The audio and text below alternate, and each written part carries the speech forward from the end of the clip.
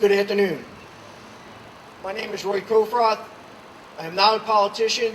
I own and operate 2 Chester County small businesses, and I'm a former deputy sheriff who is practical, hands-on, and fixes problems. I am also a mentor and teacher to others. I am here to share important facts about the sheriff's office. I was a deputy under the formal administration and under the current one as well. I've worked next to those fine men and women, some of them still there, many of them have left. I've built relationship with those guys, and we were prepared to do our duties as a team. Just 4 years ago, the sheriff's office had approximately 60 working deputies. The ones that you see protecting our buildings, courtrooms, and transporting prisoners, among other jobs. We are now down to about 18. That means the office is running at 1/3 capacity. We had 8 award-winning dogs, trained and regularly used for searching for people, drugs, and bombs. There are now just 2 working dogs. This is 1/4 of what we used to have. We had a fugitive apprehension team. That's gone.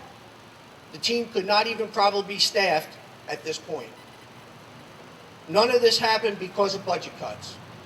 It wasn't created from outside pressure or lack of funding. The money was always there.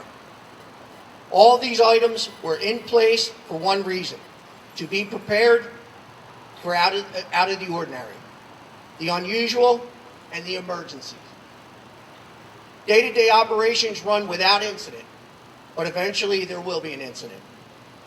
Ladies and gentlemen, this is when true leadership is proven. The sheriff's job is to be an overall manager and the face of the office. The job of the number 2 position, the chief of deputies, is the one that makes the office work well and be prepared. There must be strong leadership skills. Leadership is being prepared to keep an incident from becoming a crisis. The sheriff's office was so unprepared, it was only a matter of time before something happened. I have been consistently saying this. This was also what many of the deputies that left the office said. There has been no leadership.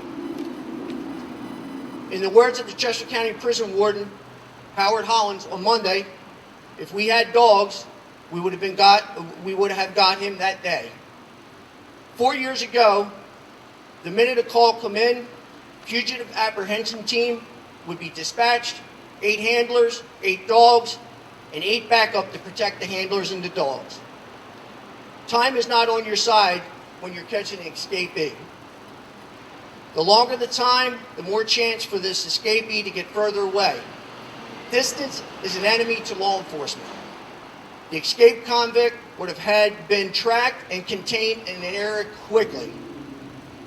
The deputies then give notice that the dogs were coming in, and if the prisoner did not come out, they would send the dogs in and would usually surrender because they didn't want to get bit.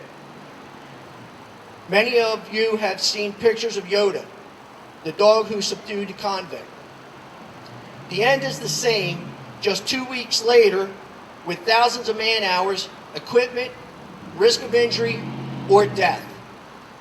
All this comes with a big price tag, and you are all left paying the bill. This is an incident that became a crisis and international news. If the leadership existed, the escape might not even have made the news.